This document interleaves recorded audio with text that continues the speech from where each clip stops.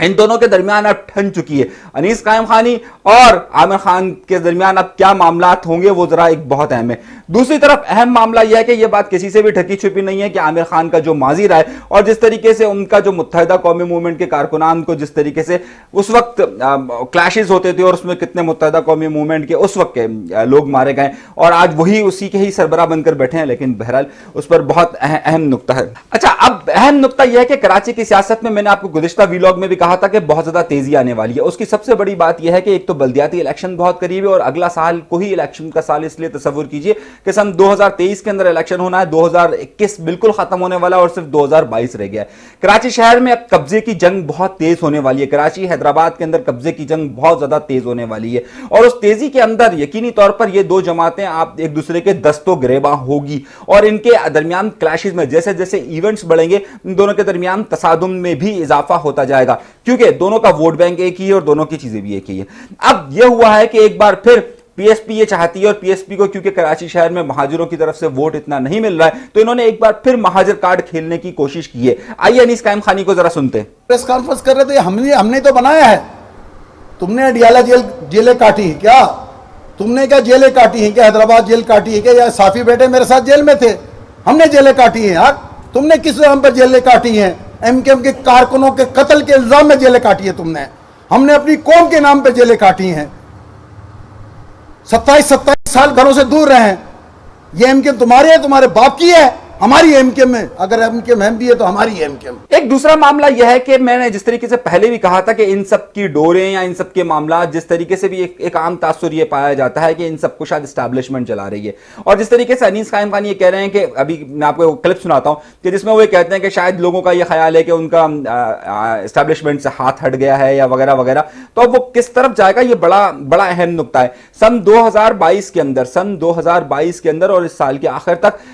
جو اسٹیبلشمنٹ کا جھکاؤ ہے جو تحریک انصاف سے جہاں ہٹ رہا ہے وہاں پر ان دو جماعتوں کا بھی بڑا مسئلہ ہو رہا ہے. ظاہر اب نئے والی وارث نیا سیٹ اپ کیا ہوگا, نئی سوچوں میں تبدیلیاں رونما ہو رہی ہے تو اس حوالے سے سیاست میں بھی تبدیلی ہو رہی ہے. کیا پی ایس پی ہی متبادل ہوگا یا بہادر آباد کو لایا جائے گا یا ایک اور نیا تجربہ کرنے کی کوشش کی جا رہی ہے؟ وہ نیا تجربہ بھی میں آپ کے سامنے جلد شیئر کروں گا. کچھ چند لوگوں کی میٹنگز ہوئی ہیں جو یہ چاہتے ہیں کہ نہ پی ایس پی نہ بہادر آباد, آئیے ایک اور دھڑا بناتے ہیں. اور اس میں چند بڑے لوگوں کی, چند دبئی سے لے کر کراچی سے لے کر کچھ لندن, وہ الطاف حسین صاحب والے لندن نہیں بلکہ کچھ لندن میں ایک دو لوگ بیٹھے ہوئے ہیں, انہوں نے ان تینوں نے اور ایک امریکہ میں ایک شخص بیٹھا ہوا ہے, ان 5-6 لوگوں کے درمیان ایک میٹنگیں چل رہی ہیں اور وہ یہ سمجھ رہے ہیں کہ ان کے درمیان بھی ایک نیا سیٹ اپ تشکیل دیا جائے.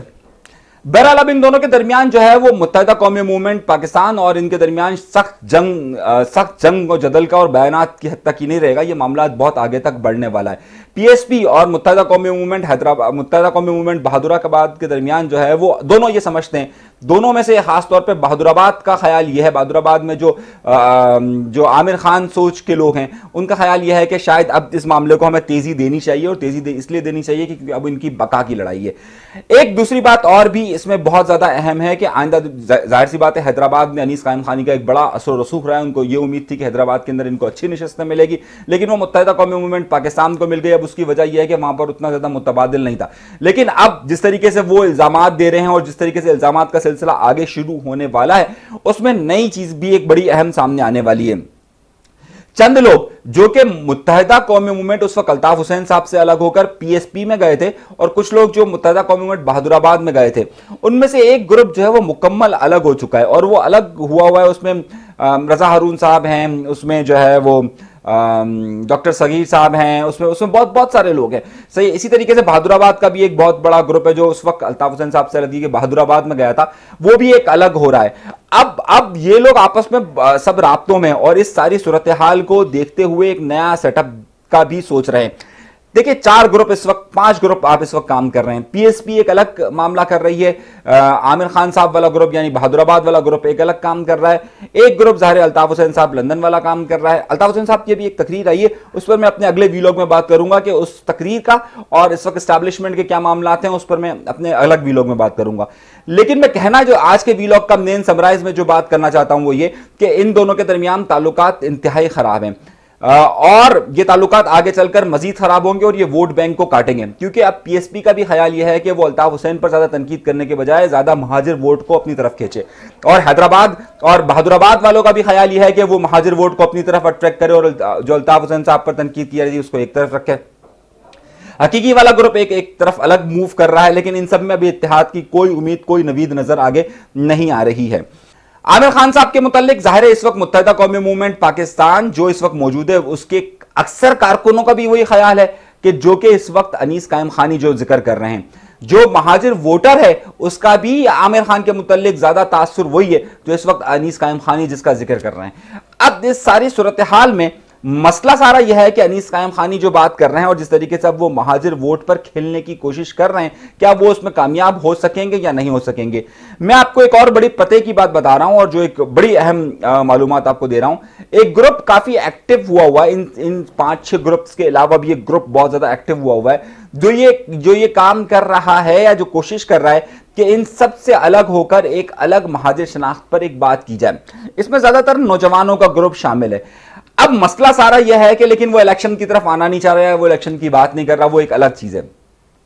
اب ان ساری صورتحالوں میں ووٹ بینک بہت بری طریقے سے تقسیم ہونے والا ہے اور تصادم آگے بڑھنے والا ہے۔ اب یہ تصادم، ویسے تو انہوں نے تصادم کا ذکر اس طریقے سے کیا، ذرا سنیے۔ ہر سیاسی کارکن کو اظہار آزادی کا حق حاصل ہے۔ ایم کیو ایم کے کارکن بھی کام کریں، پوسٹر کا جواب پوسٹر ہے، نعرے کا جواب نعرہ ہے،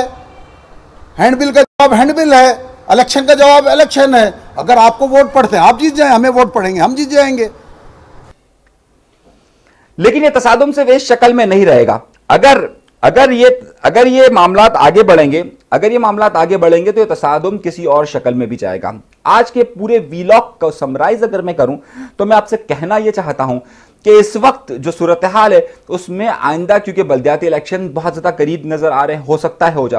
ہو جائے کیونکہ اب صرف الیکشن کمیشن کے فیصلے پر اس پر انحصار کرتا ہے، کیونکہ پاکستان پیپلز پارٹی نے اس کی حامی بھر دی ہے، مردم شماری کی بات ہو چکی ہے، اور 2023 کیونکہ صرف درمیان کا ایک سال ہے تو ان سب سیاسی جماعتوں کے درمیان کراچی کے ووٹ بینک کے لیے زیادہ طاقت سے لڑا جائے گا۔ ایک بہت بڑا مسئلہ اور بھی کھڑا ہونے والا ہے، اس میں اپنے اگلے ویلاگ پہ بات کروں گا، لیکن میں اشارتاً آپ کو بتا دیتا ہوں کیونکہ جو نئی مردم شماری کے مطابق حلقہ بندیاں ہو رہی ہیں، اس حلقہ بندیوں میں بھی عمل دخل کی بات ہو رہی ہے۔ اس حلقہ بندیوں کو اس طریقے سے سیٹ کرنے کی کوشش کی جا رہی ہے کہ کس طریقے سے ووٹ بینک کو کاٹا جا سکے اور یا پھر آگے بڑھایا جا سکے اپنا ووٹ بینک۔